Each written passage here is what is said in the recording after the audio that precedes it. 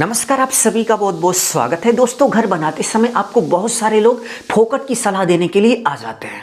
आपने देखा होगा कि यदि आप घर बना रहे हो तो आसपास के बहुत सारे लोग ऐसे होते हैं जिनको रत्ती भर भी कुछ नहीं पता होता है, फिर भी आपको सलाह देंगे कि भाई साहब ये चीज़ आप ऐसा कर लो, इसको ऐसा कर लो तो आपका फ़ायदा होगा, ये चीज़ मत बनाओ, यहाँ पर जो सरिया है वो थोड़ी पतली डालो। इसी तरह की बहुत सारी सलाह देने के लिए अगल बगल के लोग आ जाते हैं।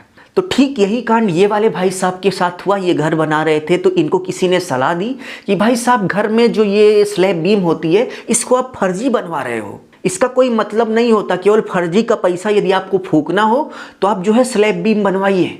तो ये भोले भाले भाई साहब उनकी बातों में आ गए और स्लैब बीम नहीं बनवाई। और स्लैब बीम ना बनवाने के बाद आप देख सकते हैं कि यहाँ पर पूरा का पूरा स्लैब नीचे की तरफ बैठ गया।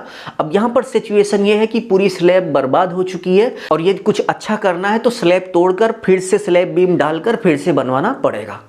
तो चलिए इस वीडियो में हम आपको बताते हैं कि भाई साहब आपको स्लैब बीम क्यों बनवानी चाहिए और स्लैब बीम बनाते समय आपको किन बातों का ध्यान देना चाहिए जिससे आपकी स्लैब जो है वो पर्याप्त मजबूत बने। नहीं तो आप देख सकते हैं कि आपके भी साथ ऐसा हो सकता है कि आप बहुत ही पैसा लगाकर घर बनवाएं और घर बनवाने के बाद कुछ इस तरीके से आपकी स्लैब बैठ जाए। आप देख सकते हैं कि यहाँ पर कितनी खतरनाक तरीके से स्लैब और कॉलम जो है एक दूसरे से अलग हो गए हैं। तो भाई साहब यदि आपके साथ ऐसा हुआ ना, आपको रातों की नींद नहीं आएगी। आप सोचेंगे कि भाई साहब मेरा बहुत सारा पैसा जो कि कई सालों मेहनत करके हमने इकट्ठा किया था सब बर्बाद हो गया।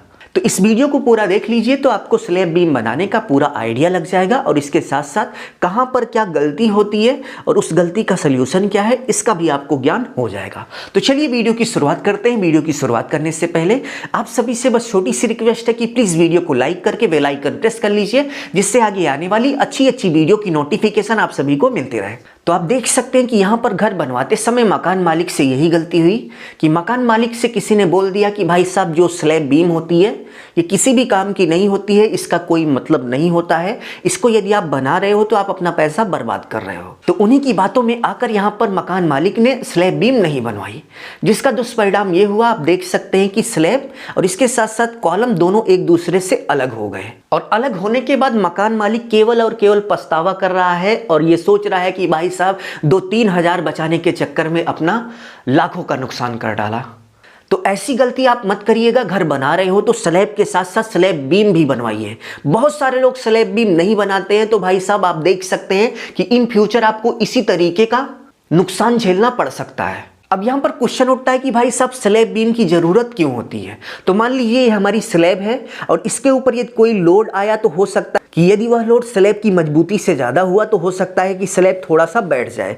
लेकिन यदि आप इसी स्लैब के नीचे कुछ इस तरीके से एक सपोर्ट लगा देंगे, यानी कि स्लैब बीम को लगा देंगे कुछ इस तरीके से, तो स्लैब के ऊपर जो भी लोड आएगा वो स्लैब बीम के ऊपर ट्रांसफर हो जाएगा और स्लैब बीम पूरे घर में ट्रांसफर करके कॉलम पर ट्रांसफर कर देगी और कॉलम के माध्यम से सीधा वह लोड आपकी अर्थ यानी कि पृथ्वी पर ट्रांसफर हो जाएगा। लेकिन यदि आप स्लैब बनाते समय कुछ इस तरीके से स्लैब बीम नहीं बनाएंगे तो स्लैब पर आने वाला जो लोड है एक ही जगह ट्रांसफर होगा और हो सकता है कुछ इस तरीके से आपकी स्लैब बैठ जाए और आपको भारी नुकसान हो जाए। तो इस बात को कहीं पर नोट कर लीजिए, लिख लीजिए, अपने दिमाग पर भी छाप लीजिए कि स्लैब बनाते समय आपको स्लैब के नीचे कुछ इस तरीके से स्लैब बीम जरूर से जरूर बनानी चाहिए। यदि आप नहीं बनाएंगे तो आपका इसी तरीके से भारी नुकसान हो जाएगा। अब यहाँ पर क्वेश्चन उठता है कि स्लैब बीम बनाते समय आपको किन किन बातों का ध्यान रखना चाहिए।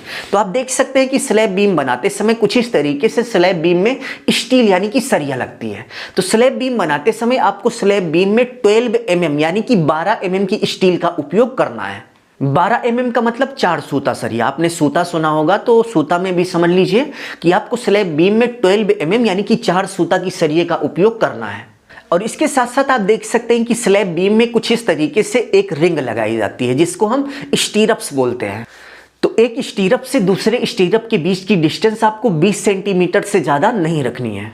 और इसके साथ साथ स्लैब बीम की ढलाई करते समय यानी कि स्लैब बीम में कुछ इस तरीके से जब कंक्रीट पड़ रही हो तो उस सिचुएशन में आप उसकी कुटाई जरूर से जरूर करवाइएगा। यदि आप स्लैब बीम में पड़ रही कंक्रीट की कुटाई नहीं करवाएंगे तो आपकी कंक्रीट जो है वो कमजोर पड़ जाएगी और स्लैब बीम की कंक्रीट कमजोर पड़ने के साथ साथ आपकी स्लैब बीम भी कमजोर हो जाएगी। तो ऐसे में कुछ इस तरीके से आपको बहुत ही अच्छे से कुटाई करा देनी है। नेक्स्ट यहाँ पर क्वेश्चन उठता है कि स्लैब बीम की ढलाई करते समय हमें किस रेशियो का कंक्रीट उपयोग करना चाहिए। तो स्लैब बीम की ढलाई करते समय आपको 1:1/2 रेशियो का कंक्रीट उपयोग करना चाहिए।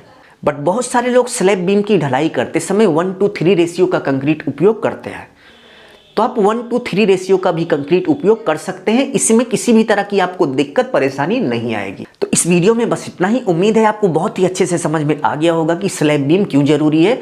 अभी के लिए बस इतना ही। अपना ख्याल रखिए और अपने मम्मी पापा का अपने से भी ज़्यादा ख्याल रखिए। इसी भाव के साथ आप सभी से विदा लेते हैं। धन्यवाद।